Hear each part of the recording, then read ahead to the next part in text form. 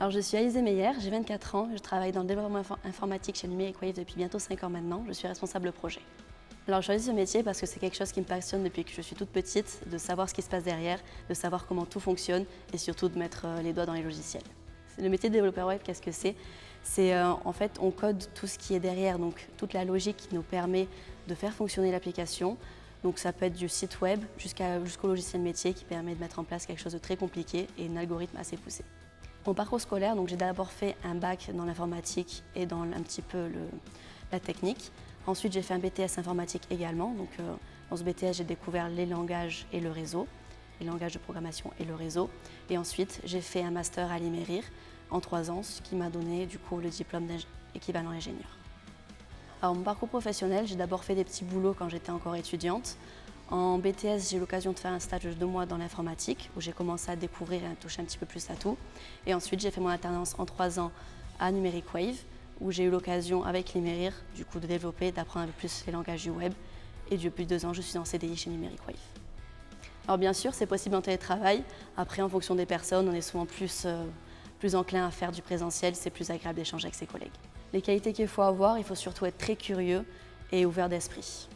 Les compétences et les qualifications qu'il faut, il n'y en a pas forcément. Il suffit juste d'être énormément curieux et de s'investir dans ce qu'on fait. Faire sa place en tant que femme, c'est vraiment pas compliqué. Les collègues sont très enclins, sont très heureux de voir des femmes dans ce métier-là. Alors une journée type, on se compose d'échanges avec ses collaborateurs, avec ses collègues. On échange sur les sujets techniques, on organise notre journée et on organise les plannings. Alors c'est faisable autant en freelance qu'en entreprise. Après, il faut savoir ce qu'on préfère, si on préfère être autonome et se gérer tout seul ou être encadré. Il y a beaucoup de perspectives d'évolution dans ce métier. On peut partir de développeur, devenir lead développeur ou responsable projet comme je suis moi, et c'est-à-dire échanger aussi autant avec les clients qu'avec les collègues. Alors en soi, le langage sur la création de logiciels ou de sites web, il y a des différences plus techniques que matérielles.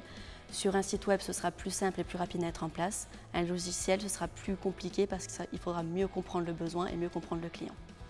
Comment on peut évoluer? Alors, on évolue assez facilement en fonction de ce qu'on aime bien faire. Si on aime bien gérer les équipes, on peut augmenter de développeur à lead développeur, donc c'est-à-dire gérer les équipes et gérer un petit peu le planning. Et si on aime encore plus la gestion, on peut passer responsable projet et donc gérer autant les plannings qui vont à destination du client que les équipes en interne. Pour créer un logiciel, le temps est assez variable. Ça dépend. Si c'est quelque chose d'assez simple, ça peut se compter en semaines. Pour les gros logiciels, et en général c'est plus ce qu'on fait nous, c'est en mois.